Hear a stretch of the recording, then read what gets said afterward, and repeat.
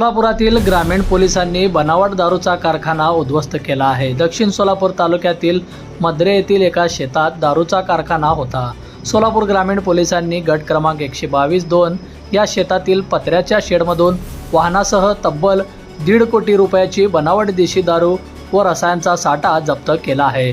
दक्षिण सोलापूर तालुक्यातील मद्रे गावात संशयित आरोपी राजू टिळेकर याची शेत जमीन आहे। शेतात मोठे पत्र्याचे शेड मारले होते।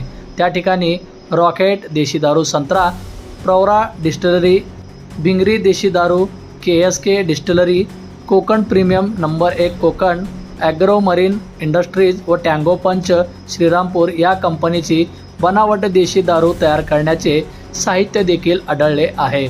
वसंग पोलिसांनी राजू उर्फ राजकुमार चंद्रकांत टिळेकर राहणार मद्रे तालुका दक्षिण सोलापूर व दिनू शेठ उर्फ भूषण पाटील राहणार धुळे या दोघांवर गुन्हा दाखल केला आहे। घटनास्थळी आयशर टेम्पो MH40 CD होता, तो देखील पोलिसांनी जप्त केला आहे। पोलिसांनी बनावट देशी दारूच्या कारखान्यात स्वयंचलित 4 मशिने, कच्चे रसायनाचे 250 लिटरचे एकूण 122 बॅरल मोकळ्या बाटल्याचे बॉक्स, त्यास लागणारे झाकणाचे बॉक्स व तयार करण्यात आलेले देशी दारू टँगो पंच, रॉकेट देशी दारू, मिगरी देशी दारू, कोकण प्रीमियम नंबर 1 कंपनीची बनावट लेबल अशा प्रकारची बनावट देशी दारूचे सुमारे 1400 बॉक्स बनवण्यात आलेली होती। सदर कारखान्यातून एकूण 1,54,09,750 किमतीचा बनावट देशी दारू व देशी दारू बनवण्याचे साहित्य व त्यापासून बनवण्यात आलेली बनावट दारू जप्त ही कारवाई केलेली आहे। जवळपास 1 कोटीपेक्षा जास्तचा मुद्देमाल जप्त केला आहे। कशा पद्धतीची ही कारवाई? वळसंग पोलीस स्टेशन हद्दीत मद्रे गावामध्ये एक माहिती होतं की काही इलिगल दारू बनवणे वगैरे चालू आहे। प्रभारी अधिकारी राहुल डोंगरे यांना माहिती भेटले होते। त्या आधारे त्यांनी जाऊन 24/1 तारखेला त्यांनी रात्री जाऊन चेक केल्यानंतर त्यांना संशयित एक ट्रक काढून आले। ते ट्रकमध्ये कसं आहे की वरती वेगळं सामान ठेवलेलं आहे आणि खाली दारूचं बॉटल्स वगैरे होते। त्या अनुषंगाने त्यांना संशयित वाटलं की हे देशी दारू कसं बनवतात।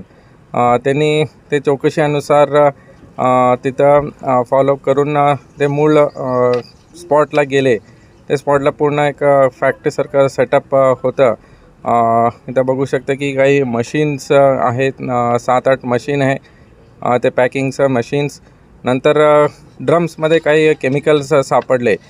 ते केमिकल्स काही कंपनीमध्ये बनवतात, मोनो इथिलीन ग्लायकॉल, नंतर स्वीटनर्स आहे, हे पॉलिमर्स यूज करतात। हे इथून जे केमिकलवरून हे दारू तयार करून ते पॅकिंग करत होते असं इन्फॉर्मेशन भेटल्यानंतर ते पूर्ण रेड केलेले आहे। तसेच 80 लाखाचं दारू जे बनवून ठेवले होते ते आम्ही सीज केलेले आहे।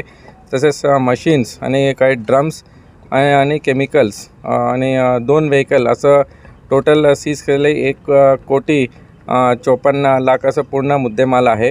ह्याचा आरोपीचा शोध घेण्यासाठी आम्ही ते टीम रवाना केलेली आहे। एक आरोपी जो मालक आणि तिथंच चालक होता ते आमच्या ताब्यामध्ये आहे। तर आम्ही हे पूर्ण चेन कुठून हे बनवतात म्हणण्याच्या ठिकाणी आम्हाला भेटलेले कुठं हे फॉरवर्ड करतात, ट्रान्सपोर्टेशन कोण करतायत, नंतर हे कुठं सप्लाय होते, हे पूर्ण चेन चं लिंक आम्हाला भेटलेले आहे। तसेच 3 टीम वेगवेगळ्या बाकी जिल्ह्यामध्ये पण आमचं टीम रवाना झालेले आहे। स्थानिक जो आरोपी होता ते आमच्या ताब्यामध्ये आहे। सर, यामध्ये काय माल जो सप्लाय कुठं होत होता याची काही माहिती मिळाली आहे का? कारण वेगवेगळ्या प्रकारचे ब्रँड्स याच्यामध्ये दिसतात। हां, हे वेगवेगळ्या प्रकारचं ब्रँड्स आहे। काही ऑरेंज आहे, टँगो आहे, तर संत्री असं ब्रँड्स आणि बनवतात। ह्याचं अजूनही ते बाकी आरोपी निष्पन्न झाल्यानंतर ते आम्हाला समजून येणार। काही बाहेरचं जिल्ह्यामध्ये काही आरोपी आहे, मुंबई, धुळे असं ठिकाणी आहे। ते तिथं टीम रवाना झालेले आहे आणि हे पूर्ण चेन आम्ही बस करण्यासाठी पूर्ण ते टीम त्यांचं इन्व्हेस्टिगेशन चालू आहे। कारखाना कधीपासून चालू होतो? कारखाने अंदाजे 15 दिवस झाला होता असं माहिती आहे।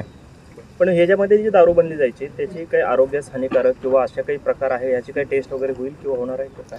ह्याचं ना केमिकल अनालिसिस होईल. त्याचं सीजर झालेलं आहे, त्याचं फॉरेन्सिक टीम येऊन ते सगळं सीज केलेलं आहे. तसेच ते केमिकल अनालिसिस करून त्याचं योग्य ते कलम आम्ही लावणार आहे.